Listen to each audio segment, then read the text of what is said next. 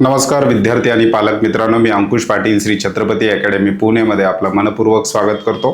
संपूर्ण देशभरामध्ये all India कोट्यामधून ज्या सीट भरल्या जातात गव्हर्नमेंट 15% आणि डीम युनिव्हर्सिटी ज्याची काउन्सिलिंग प्रक्रिया MCCच्या ऑफिशियल वेबसाईटवरून होत असते, त्याचे संपूर्ण राऊंड झाल्यानंतर सुद्धा संपूर्ण भारत देशामध्ये काही गव्हर्नमेंट कॉलेजच्या सीट आणि काही डीम युनिव्हर्सिटीच्या सीट वॅकंट राहिलेल्या होत्या। जवळपास 67 सीट वॅकंट राहिलेल्या होत्या।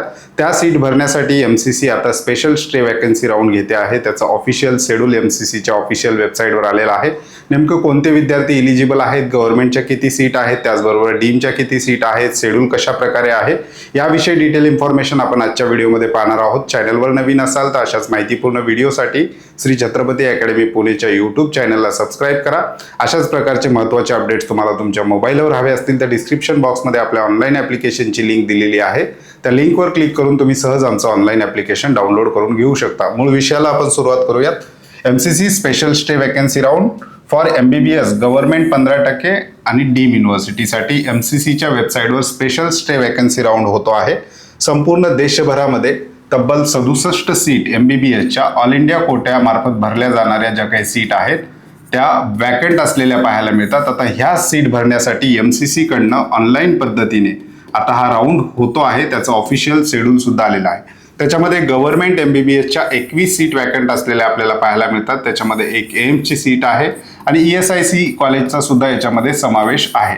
त्याच्यानंतर डीम युनिव्हर्सिटीचा जर आपण विचार केला, संपूर्ण देशभरामध्ये जेवढ्या डीम युनिव्हर्सिटी आहेत त्याच्या मॅनेजमेंट कोट्याच्या आणि NRI कोट्याच्या मिळून जवळपास 46 सीट वॅकंट असलेल्या आपल्याला पाहायला मिळतात। याचं ऑफिशियल सीट मॅट्रिक्स जे आहे MCCने आपल्या ऑफिशियल वेबसाईटवर दिलेला आहे, त्या ठिकाणी विद्यार्थी पाहू शकतात। शेड्यूल कशा प्रकारे आहे, रजिस्ट्रेशनसाठी पुन्हा एकदा वेळ दिलेला आहे। 2 राऊंडचं शेड्यूल या ठिकाणी दिलेलं आहे, परंतु यामध्ये पहिला जो आहे याच्यामध्ये MBBS समाविष्ट आहे आणि बाकी शेवटचा जो काही राऊंड आहे राऊंड 5 हा BDS आणि BSc नर्सिंगसाठी होतो आहे। शेड्यूल सुद्धा ऑफिशियल वेबसाईटवर अवेलेबल आहे। रजिस्ट्रेशनसाठी 18 डिसेंबर ते 20 डिसेंबर अप टू 3 PM म्हणजे दुपारी 3 वाजेपर्यंत विद्यार्थ्यांना 20 डिसेंबरच्या त्या ठिकाणी रजिस्ट्रेशन करता येणार आहे। आता हे रजिस्ट्रेशन करण्यासाठी कोणकोणते विद्यार्थी इलिजिबल आहेत किंवा कोणत्या विद्यार्थ्यांना हे रजिस्ट्रेशन करणं आवश्यक आहे, ज्या विद्यार्थ्यांनी MCCचं अगोदर रजिस्ट्रेशन केलेलं होतं, ऑल इंडिया कोट्यामध्ये भाग घेतलेला होता,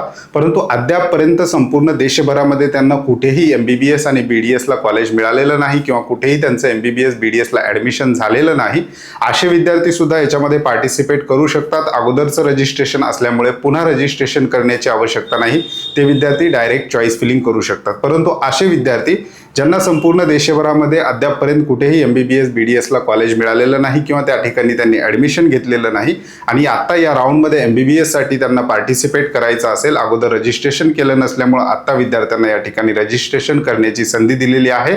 अशाच विद्यार्थ्यांनी या ठिकाणी रजिस्ट्रेशन करायचं आहे। रजिस्ट्रेशनची डेट जी आहे ती विद्यार्थ्यांनी व्यवस्थित लक्षात ठेवायची आहे। 20 डिसेंबरच्या दुपारी 3 वाजेपर्यंत विद्यार्थ्यांना त्या ठिकाणी रजिस्ट्रेशन करता येणार आहे। चॉईस फिलिंगसाठी आणि चॉईस लॉकिंगसाठी 18 डिसेंबर 2025 ते 21 डिसेंबर 2025च्या दुपारी 12 वाजेपर्यंत या ठिकाणी विद्यार्थी चॉईस फिलिंग करू शकतो। प्रोसेसिंग ऑफ सीट अलॉटमेंट 22 तारखेला रिझल्ट लागणार आहे किंवा प्रोसेसिंग होणार आहे सीट अलॉटमेंटचे। रिझल्ट जो आहे तो 23 डिसेंबर 2025ला लागणार आहे आणि रिपोर्टिंग जे आहे मिळालेले कॉलेज आहे त्या ठिकाणी जाऊन विद्यार्थ्यांना ॲडमिशन घेण्यासाठी 24 ते 31 डिसेंबरपर्यंतचा वेळ त्या ठिकाणी दिलेला आहे। सध्या हे पहिलं शेड्यूल महत्त्वाचं आहे, याकडे विद्यार्थ्यांनी लक्ष ठेवायचं आहे। ज्यांनी अगोदर रजिस्ट्रेशन केलेलं आहे आणि तुमच्याकडे अद्यापपर्यंत MBBS BDSची संपूर्ण देशभरामध्ये कुठेही सीट नसेल, तिथे तुमचं ॲडमिशन झालं नसेल तर तुम्ही डायरेक्ट चॉईस फिलिंग करू शकता। अगोदर रजिस्ट्रेशन केलेलं नाही परंतु आता याच्यामध्ये तुम्हाला भाग घ्यायचा असेल तर तुम्हाला नव्याने रजिस्ट्रेशन करून जे काही सिक्युरिटी डिपॉझिट आहे गव्हर्नमेंट कॉलेजेससाठी आणि डीमसाठी 2 लाख रुपये सिक्युरिटी डिपॉझिट आहे ते सगळं भरून तुम्हाला या राऊंडमध्ये पार्टिसिपेट करता येणार आहे। पुढं इलिजिबिलिटी संदर्भात एक ऑफिशियल नोटीस सुद्धा MCCने आपल्या वेबसाईटवर दिलेलं आहे। द रूल्स काय आहेत ते सुद्धा पाहूयात। Candidate who are not holding any seat earlier rounds of all India quota and state quota are eligible to participate, म्हणजे असा विद्यार्थी संपूर्ण देशभरामध्ये ऑल इंडिया कोट्या थ्रू असेल किंवा स्टेट कोट्या थ्रू असेल, त्याच्याकडे कोणतीही सीट नसेल तर असा विद्यार्थी या ठिकाणी इलिजिबल आहे। Hence candidate who are holding any seat in earlier rounds of all India quota and state quota irrespective of the course allotted that is MBBS BDS, म्हणजेच या ठिकाणी जर तुमच्याकडे MBBS BDSला अगोदर कुठेच ॲडमिशन तुम्ही घेतलं नसेल तर असे विद्यार्थी या ठिकाणी चॉईस फिलिंग करू शकतात किंवा ते विद्यार्थी या राऊंडसाठी इलिजिबल आहेत. आता बरेचसे असे विद्यार्थी आहेत ज्यांचं BAMSला ॲडमिशन झालं आहे किंवा फिजिओथेरपीला ॲडमिशन झालेलं आहे.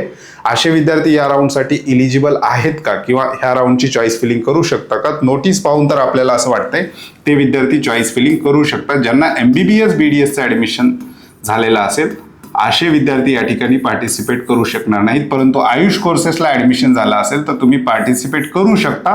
परंतु तुमचं स्टेट कोट्यामध्ये ॲडमिशन झालं असेल तर स्टेट गव्हर्नमेंट कॅन्सलेशनची मुभा विद्यार्थ्यांना कशा प्रकारे देणार आहे यासाठी सुद्धा आपल्याला CET सेलच्या ऑफिशियल वेबसाईटवर लक्ष ठेवून राहावं लागणार आहे किंवा CET सेलला विद्यार्थ्यांनी कॉन्टॅक्ट करून तशा प्रकारे चॉईस फिलिंग करू शकतात किंवा आपल्या संबंधित कॉलेजला सुद्धा विद्यार्थी विचारणा करू शकतात. त्याच्यानंतर however candidate will have to do fresh choice filling. म्हणजे फ्रेश चॉईस फिलिंग आहे, अगोदर केली असेल ती नल अँड वाईट 0 होणार आहे. या राऊंडसाठी फ्रेश चॉईस फिलिंग आहे. रिफंडेबलचे जे काही सिक्युरिटी डिपॉझिटचे रूल आहेत ते अगोदरप्रमाणेच लागू राहणार आहेत. जर तुम्ही प्रोसेसमध्ये भाग घेतला, तुम्हाला कॉलेज मिळालं नाही तर तुमचं सिक्युरिटी डिपॉझिट तुम्हाला परत मिळणार आहे.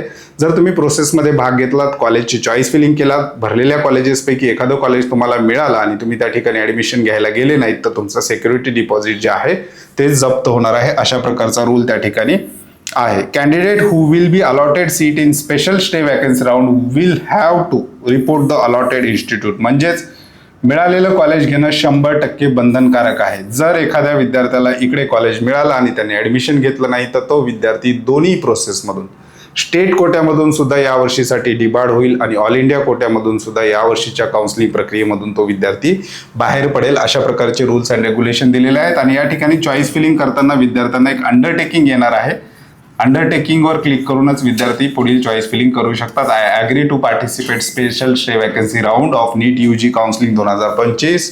आणि अशा प्रकारचं अंडरटेकिंग घेतलेलं आहे की मला अद्यापपर्यंत स्टेट कोट्यामध्ये किंवा ऑल इंडिया कोट्यामध्ये सीट मिळालेली नाही. या ठिकाणी आयुषचा स्पेशल उल्लेख त्यांनी केलेला नाही. इथे ब्रॅकेटमध्ये आपल्याला पाहायला मिळते, स्पेसिफाईड केलेलं आहे MBBS BDS BSc नर्सिंग बाबत.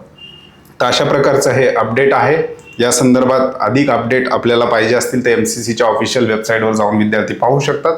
सीट मॅट्रिक्स सुद्धा त्या ठिकाणी पाहू शकतात. गव्हर्नमेंटच्या जवळपास 20 ते 21 जागा आहेत.